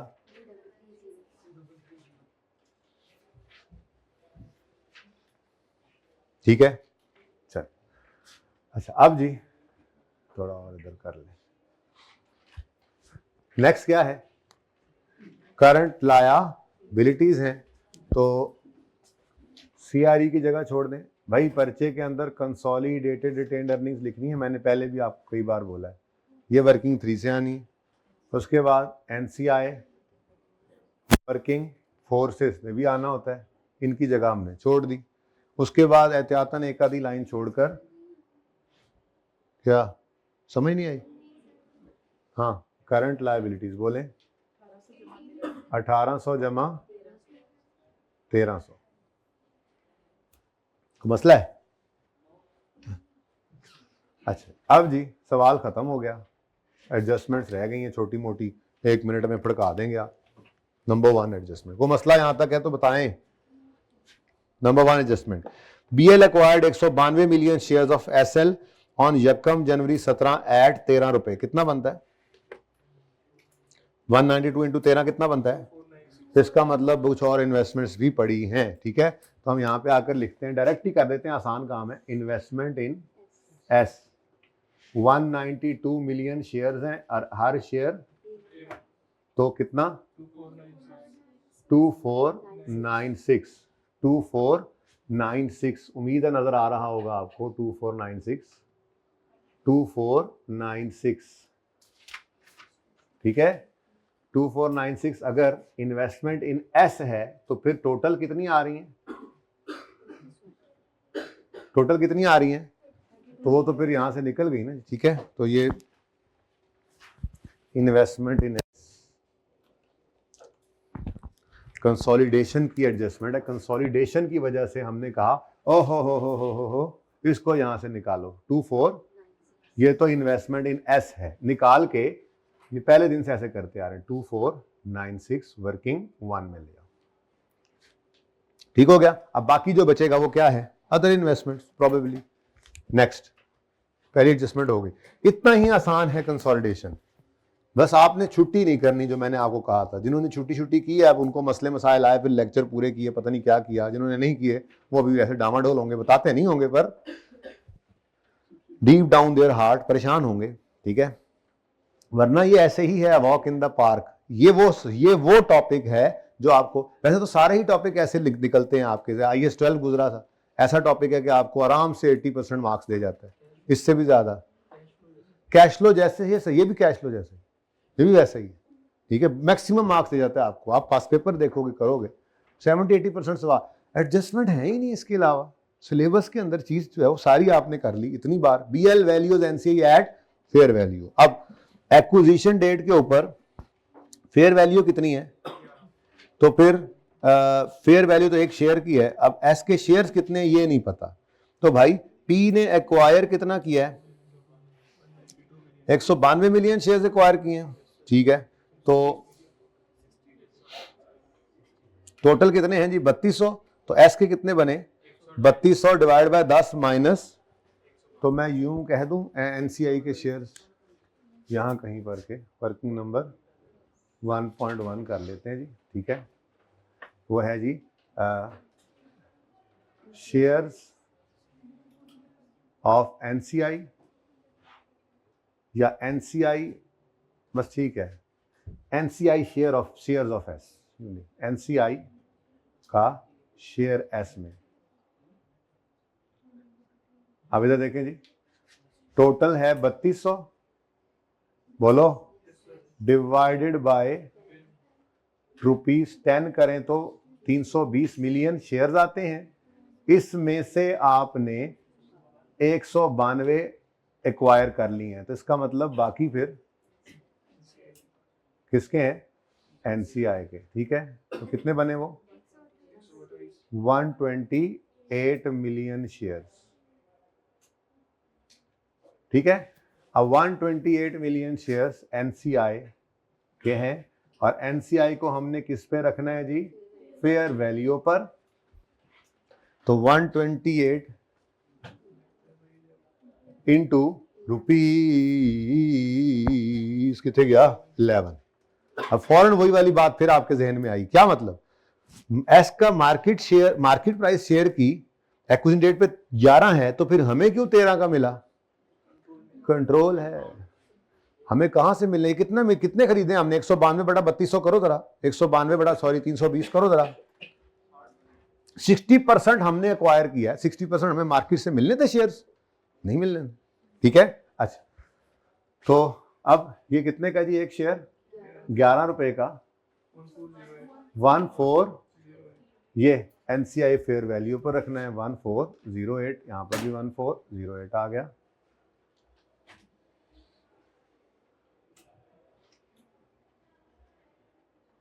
वर्किंग नंबर 1 से ये निकाला है जी हमने, 2 एडजस्टमेंट्स गई, ये सवाल है। तीसरा, चलो यार बस बहुत होगी, जल्दी से करो ये एडजस्टमेंट पहले आप।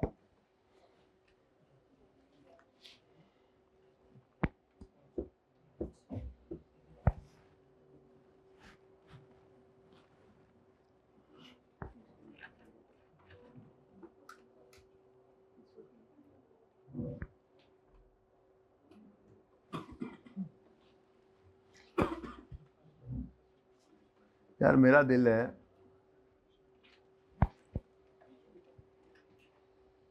वहां पे, यहां पे कर लेते हैं 1 बाय 1, ठीक है ना, मेरा दिल है यहीं पे कर लेते हैं। ओके जी, तो देखें अब ये वर्किंग नंबर 8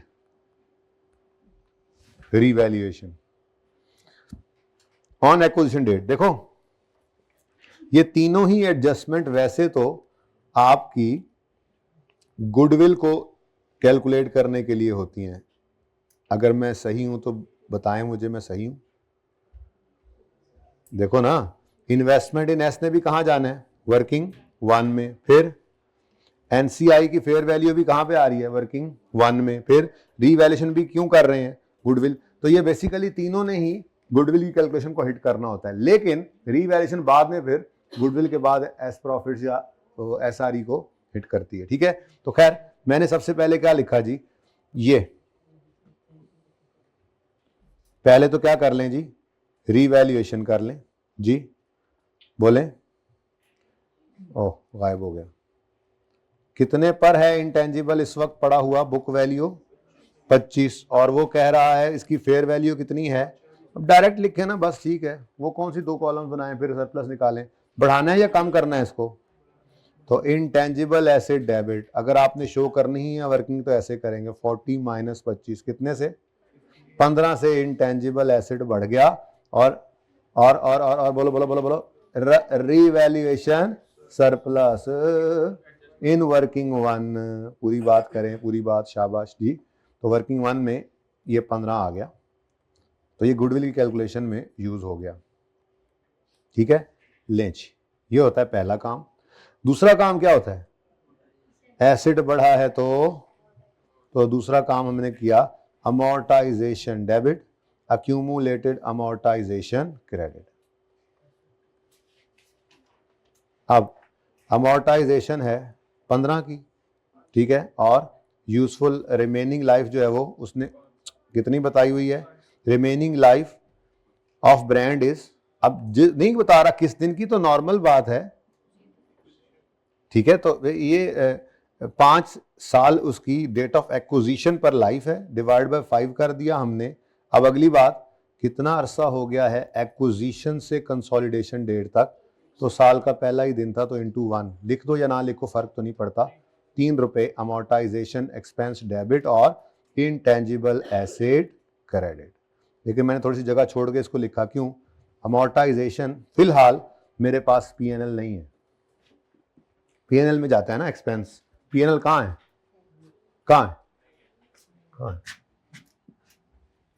नहीं है आ रही, क्योंकि बैलेंस शीट का सवाल करते हुए हमने क्या अज्यूम करना है, पीएनएल नाम की चीज एग्जिस्ट ही नहीं करती। हाँ जी, अब एसआरई को हिट कर दें, एसआरई डेबिट ठीक है, और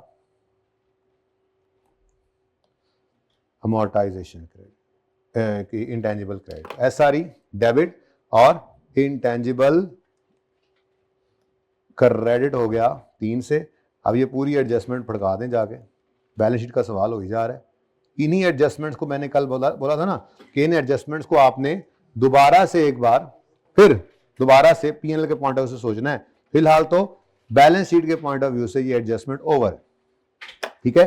तो intangible debit revaluation surplus in working one credit. Intangibles debit कितने से? 15 से, और revaluation surplus in working one credit कितने से? 15 से।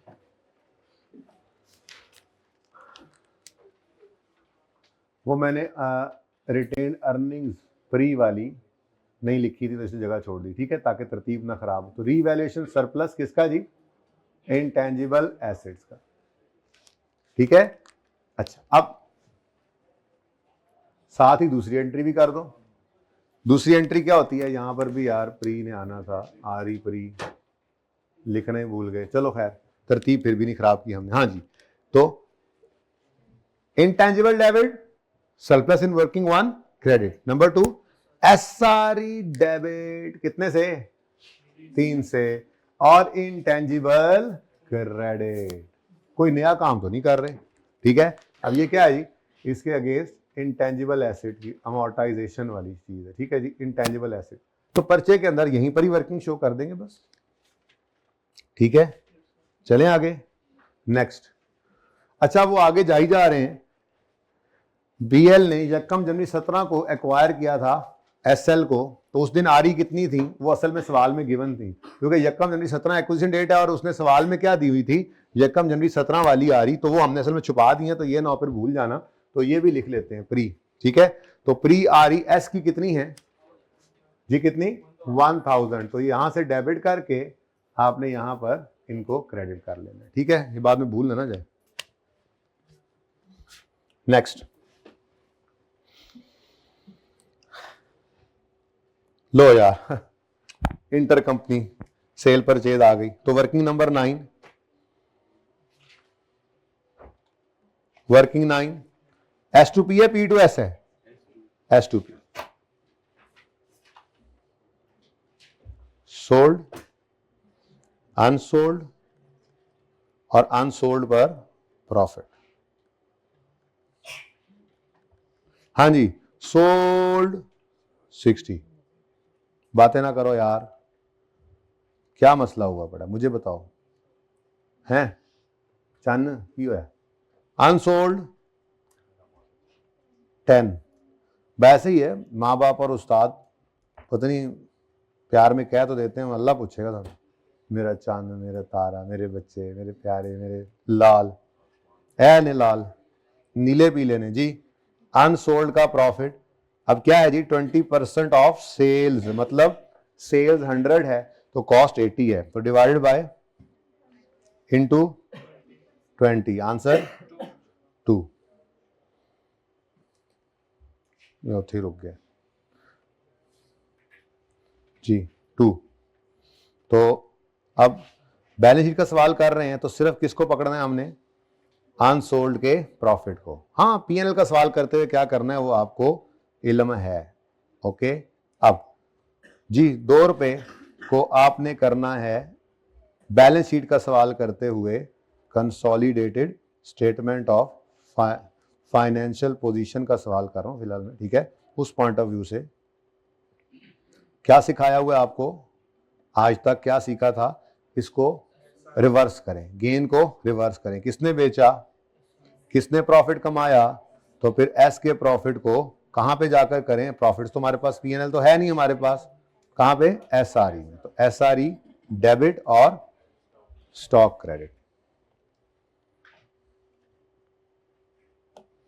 एसआरई डेबिट और stock credit, reversal of URP कर रहे हैं हम। तो ऐसा, अब ये एडजस्टमेंट कल भी हमने की है पीएनएल के सवाल में अलग से भी, ठीक है। तो यहां से होकर ये जाएगी और पीएनएल के सवाल के लिए हम अलग से भी इसको देख लेंगे, ठीक है। तो स्टेटमेंट ऑफ फाइनेंशियल पोजीशन के पॉइंट ऑफ व्यू से ये एडजस्टमेंट हो गई और कहानी हो गई है खत्म। ओके, अब नेक्स्ट क्या है जी? नहीं, पोस्टिंग तो कर दो, नेक्स्ट तो पोस्टिंग है जी। सिर्फ अनसोल्ड का प्रॉफिट एंट्री एसआरई डेबिट कितने से? 2 से, और स्टॉक क्रेडिट कितने से? 2 से, ठीक है जी। यहां पे क्या लिखेंगे आप? Stock reversal of unrealised profit. Next, balance sheet का सवाल हो ही चली जा रहा है। उसके बाद जनाब बारी आती है डिविडेंड की। एस डिक्लेयर्ड डिविडेंड पेड ही अज्यूम करेंगे, ठीक है, लेकिन दोनों ने अकाउंट फॉर नहीं किया तो फिर पेड नहीं कर सकते। वापस आ गए हम, क्योंकि देखें कैश की एंट्री अकाउंटेंट भूलता नहीं है। तो अब डिसाइड क्या हुआ, जितने भी सवाल किए उनमें देखते हुए अगर सिर्फ लिखेगा लफ्ज एस डिक्लेयर्ड डिविडेंड तो फिर और कुछ ना बोले कि रिकॉर्डेड है या नहीं है, पेड है या नहीं है, तो फिर अज्यूम क्या करना है, ये पेड है, और पेड है तो रिकॉर्डेड है।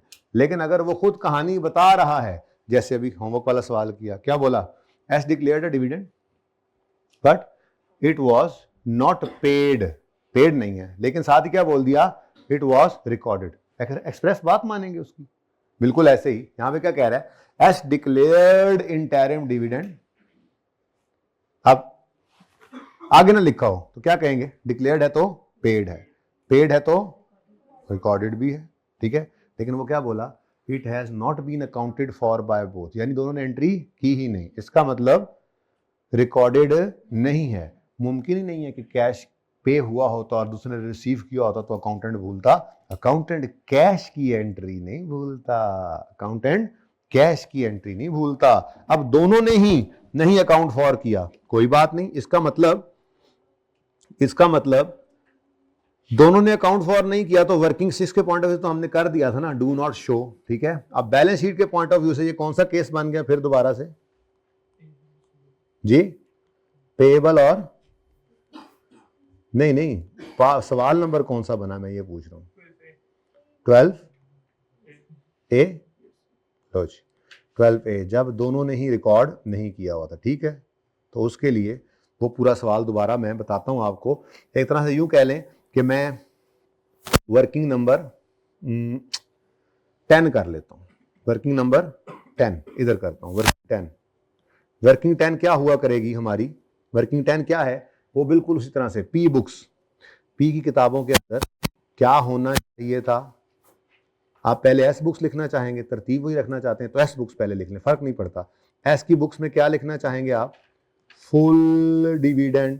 तो एस की किताबों में फुल डिविडेंड रिकॉर्ड नहीं हुआ। एंट्री होती है डिविडेंड की, dividend debit, dividend payable credit.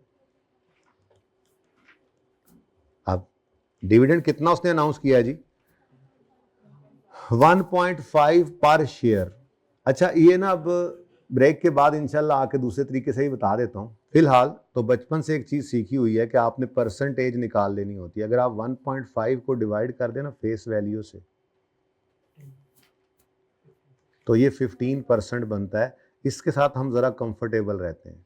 बाकी पर शेयर भी कैसे आपने यूज़ करके निकालना है डिविडेंड, ये आप ब्रेक के बाद सवाल पूरा कर लेना, ब्रेक के बाद ये मैं फिर आपको भी बता दूंगा। फिलहाल सादा बात, हमने पर शेयर डिविडेंड को क्या कर दिया? परसेंटेज में कन्वर्ट। अब वही पुरानी कहानी है, परसेंटेज किस पे लगेगी? क्योंकि ये पर शेयर नंबर ऑफ शेयर्स पे लगता है। तो मैं वो भी सिखा दूंगा बाद में आके, ठीक है। फिलहाल तो सिंपल हमने क्या किया, इस पर शेयर डिविडेंड को फेस वैल्यू से डिवाइड किया। हर शेयर पर इतना डिविडेंड, हर शेयर की फेस वैल्यू 10, तो परसेंटेज निकल आई ना, क्योंकि हमने उसी की परसेंटेज लगानी होती है। तो ये परसेंटेज 15% लगाओ किस पर? 3200 पर। तो 3200 इंटू 15% आंसर इज 480। अब 480 जो है ये फुल डिविडेंड है जो एस की किताबों में रिकॉर्ड होना चाहिए था, नहीं हुआ। गलती है सेपरेट फाइनेंशियल स्टेटमेंट्स की, तो आप रिकॉर्ड कर लें यार, कोई मसला नहीं। अच्छा ये वर्किंग 10 चल रही है अभी।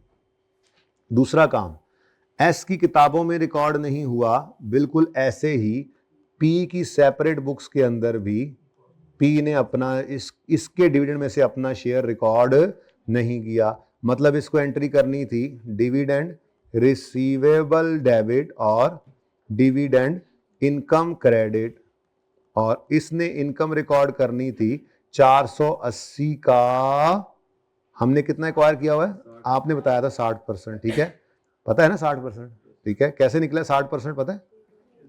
192 डिवाइडेड बाय 320 करके, ठीक है ना। अच्छा, तो 60% हमने एक्वायर किया था, बोलो 280 इसने रिसीवेबल और इनकम बुक नहीं, 88। अच्छा 288 चल, ठीक है। तो 288 इसने रिकॉर्ड करना था, वो इसने नहीं किया, ठीक है। तो कोई बात नहीं यार, गलतियां इंसानों से ही होती हैं, ये भी इंसान ही है। खैर इन्होंने ये गलती कर दी। ये अब चूंकि बैलेंस शीट है, सवाल बीएनएल का तो है नहीं, पीएनएल तो बन ही ना रहा, तो ये क्या कर दें जी, सीआरई, ठीक है। तो सेपरेट फाइनेंशियल स्टेटमेंट्स की गलती है, वो गलती पहले सही करेंगे। 12A वो भी इंपॉर्टेंट था, 12A, ठीक है। तो गलती को सही करें जी, बोले जी। डिविडेंड डेबिट एसआरई में कितना? 480, और dividend payable credit, payable liabilities के अंदर आ गया 480, ठीक है जी। अब वो ऐसे एंट्रीज नहीं करनी, वो तो आपने यहीं पर ही ये ऐसे वर्किंग करनी है। 3200 का फुल डिविडेंड एस का रिकॉर्ड हो गया, गलती थी ना, रिकॉर्ड कर दिया, ठीक है। अब पी ने इसके डिविडेंड में से अपना शेयर वो भी रिकॉर्ड नहीं किया हुआ, कोई बात नहीं, वो भी कर लेते हैं जी। सीआरई की जगह मैंने वो एसआरई की जगह छोड़ दी मैंने, ठीक है। यहां पे क्या आ गया? डिविडेंड इनकम आनी है, ठीक है। तो कितनी इनकम रिकॉर्ड करनी है जी? कितनी इनकम रिकॉर्ड करनी है? अब वो 480 में से इसका 60% है, यहां कर देता हूं 480 का 60%, ठीक है जी, 288। अब इसकी डबल एंट्री क्या है? रिसीवेबल डेबिट, 288 से रिसीवेबल डेबिट और 288 से इनकम क्रेडिट। कोई मसला? बोलो। अब हुआ क्या? ये गलती सही करने की वजह से आपस का रिसीवेबल पेएबल रिकॉर्ड हो गया, आपस का 288 ही है। तो तीसरा काम क्या करते थे? For consolidation. अब ये वर्किंग 10 अभी चल रही है, ठीक है। वर्किंग 10 में तीसरा काम क्या है? Consolidated statement of, for consolidation लिख देता हूं मैं, ठीक है। फॉर कंसोलिडेशन, यानी आज तीनों काम ही हमें करने पड़े जो हमने सीखे थे। फॉर कंसोलिडेशन क्रेडिट कर दें डिविडेंड रिसीवेबल को 288 से, और डेबिट कर दें डिविडेंड पेएबल को 288 से। जो बाकी बचेगा वो एनसीआई का पेएबल एस की किताबों में बच जाएगा, बस, ठीक है। सही है और सही है। तो ये काम भी करना पड़ा हमें आज, ये काम भी करना पड़ा, तीनों ही होने वाले थे। और तीसरा काम ये कंसोलिडेशन के लिए आपको आपस का रिसीवेबल पेएबल भी कैंसिल करना पड़ गया। ओके, तो मुफ्त के नंबर हैं जी, अच्छी बात है, जो काम करना आता हो वो करना पड़ जाए तो पेएबल डेबिट रिसीवेबल। तो ये देखो जी, अब कंसोलिडेशन हो रही है, रिसीवेबल क्रेडिट और पेएबल डेबिट, ठीक है। 68% कैसे निकला इधर देख लो भाई। अब ये मेरे पास जगह और कोई नहीं, यहाँ पे कर लेता हूँ। ये देखो वर्किंग नंबर, देख लो भाई, वर्किंग नंबर मुझे 60% यहाँ जरूरत पड़ी है ना पहली बार, तो मैं यहाँ पे वर्किंग नंबर 3.1 कर रहा हूँ, ठीक है। ओके, आप कहोगे 4 के बाद 3.1 मेरी मर्जी। इधर देखो पी एक्वायर्ड, तो इधर देखो 192 मिलियन शेयर्स है ना जी, ठीक है। डिवाइड करना था इसको आपने रुपीज 3200 डिवाइडेड बाय रुपीज 10 से, ठीक है। तो यहाँ से आपका वो आंसर आ जाना था, ठीक है। ये अब जो भी आंसर है इसको इंटू 100 कर दो तो कैलकुलेटर आपको बता देगा ये आपने एक्वायर किया था। तो ये मैंने कहा चलो इधर यूज़ हुआ, यहाँ ज़रा जगह का मुझे पता नहीं था, यहीं पे ही कर देते, दूसरा काम भी हो जाना था, ठीक है।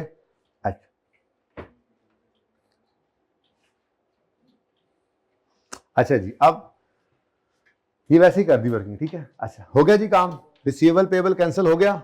अब बैलेंस शीट के सवाल को, ये डिविडेंड की एडजस्टमेंट को वर्किंग के हिसाब से भी सोच लिया और बैलेंस शीट के हिसाब से भी सोच लिया। अब सवाल हमारा हो गया है खत्म, अब कुछ भी नहीं रह गया, ठीक है। अब बैलेंस कर लें इनको। इसका डिब्बा वैसे तो कोई नहीं यूज हुआ आज, लेकिन आदत से मजबूर हमने डिब्बे का टोटल फिर भी कर दिया जी। जी 4855। अच्छा बच्चों इधर देखो, बैलेंसिंग फिगर गुडविल भी आ सकती है, नेगेटिव गुडविल भी, ये तो आप मुझे बताएंगे क्या आ रहा है। मैंने गुडविल की जगह भी बचाई हुई है, नेगेटिव गुडविल की भी। नेगेटिव गुडविल आ गई, सुभान अल्लाह। नेगेटिव गुडविल बैलेंसिंग कितनी, 951। ये क्या है, ये अदर इनकम है, लेकिन फिलहाल ये कहाँ जाएगी, सीआरई में। एनसीआई जिस पर मर्जी होती रहे, इसका कोई ताल्लुक नहीं एनसीआई से। तो नेगेटिव गुडविल आ गई, वर्किंग 1 से 951, ठीक है जी। तो ये जगह खाली थी, ये खाली रह जाए। नेक्स्ट, इस एसआरई वाले लेजर को क्लोज कर दें। तो एसआरई में से जो बचा खुचा है अब सीआरई और एनसीआई को जाना है। आप गौर करें तो आज सारी एडजस्टमेंट्स ऐसी हैं कि वो एसआरई को हिट कर रही हैं। सीआरई में सिर्फ डिविडेंड वाला मसला था, नेगेटिव गुडविल भी आ गई, ताकि वो एस प्रॉफिट्स वाली बात हम ब्रेक के बाद आकर जब करेंगे पीएनएल बनाते हुए, तो उसको हम देख सकें कि यार वो एसआरई टाइप एडजस्टमेंट ही है जो एस प्रॉफिट्स को हिट करती हैं, ठीक है जी। कितना बचा, 845, श्योर, ओके। तो 845 जो है इसका 60% पेरेंट का, 40% एनसीआई का जी। क्या मसला चल रहा है, चुप कर जाओ जी। 338। ये दूसरा अकाउंट भी मुकम्मल हो गया। तो 507, जरूरी नहीं कि इसके बाद ही लिखना होता है, मैं तो बस पहले दिन वाली आदत नहीं आपकी खराब कर रहा, आपको चीजें याद हुई पड़ी हैं, वरना कोई नहीं, आपने पहले डिविडेंड लिख दिया, नेगेटिव गुडविल, फिर एसआरई आ जाएगी, कोई मसला नहीं। इधर भी एसआरई पोस्ट 338 आ गया, और यहाँ पे जनाब हमारा ये सीआरई क्लोज हो जाएगा। 8246, एक ही बच्चे की आवाज़ आई है, ज़रा देख लें बाकी भी यही है। फिर उसके बाद एनसीआई 1746, तो 8246 और 1746। चलो अब पीएनएल का सवाल तो अभी करना नहीं है, इसको बैलेंस शीट को पहले टैली कर लें, कुछ बचा ही नहीं जी। बोलना शुरू करें जी। 13,500 मैं भी बता दूं कुछ ना कुछ जी। 1182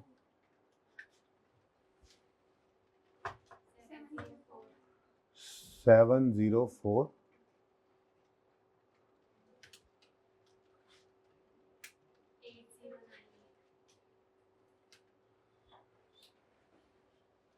सही है। अब ग्रैंड टोटल बताएं फिर। 23484। करंट लायबिलिटीज का टोटल करें 3292, और इसका ग्रैंड टोटल करें, बराबर देखना है 323484, ठीक है जी। तो ये बैलेंस शीट पर जूम इन करके जितना यहाँ से लिखा हुआ है, यहाँ पे पार्ट 1 को क्लोज कर दें। इधर देख लें, एक मिनट सुन लें। अब बैलेंस शीट का सवाल पूरा हो गया ना। अब जब मैं ब्रेक के बाद आऊँगा 5-7 मिनट बाद, तो पीएनएल शुरू करेंगे तो ये पीएनएल वाला सवाल वही है जो कल हमने किया। एक एडजस्टमेंट उसमें से सेल परचेज वाली ऑलरेडी की हुई है, और एक एडजस्टमेंट उसमें आ गई कौन सी आई है, वो गुडविल की कैलकुलेशन आ गई, 2 हो गई, और तीसरी वो अमोर्टाइजेशन ऑफ इंटेंजिबल है।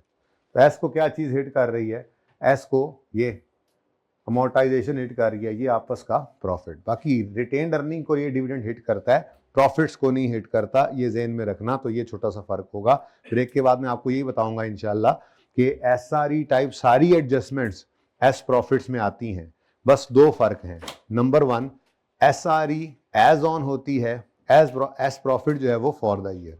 हमारा ये सवाल इसी साल के पहले दिन एक्वायर किया है, तो हमारे इस सवाल के अंदर हर ट्रांजैक्शन जो इधर आ रही है फॉर द ईयर ही है, वो भी एज ऑन भी है। दूसरा फर्क, यानी कि फर्क क्या आएगा एस प्रॉफिट और एसआरई में, फर्क क्या है जी, ये एज ऑन होती है और यहां पर वर्किंग 5 बनेगी, वो फॉर द ईयर होगी। दूसरा फर्क, आरई में रिटेन्ड अर्निंग आती है, प्रॉफिट में रिटेन्ड अर्निंग्स माइनस नहीं होती। तो ये 2 फर्क के अलावा जिंदगी आसान है। जितनी एस को हिट करने वाली एडजस्टमेंट्स हैं, एस सारी टाइप एडजस्टमेंट, वो एस प्रॉफिट को भी हिट किया करेंगी। इतनी सी बात है। तो 5 से 7 मिनट का सवाल है, ठीक है। लेकिन इसको यहाँ पे पॉज करें ताकि जरा ब्रेक करके बच्चे हैं, बस बात सुने, हिम्मत करें हैं, नहीं ब्रेक करें ब्रेक।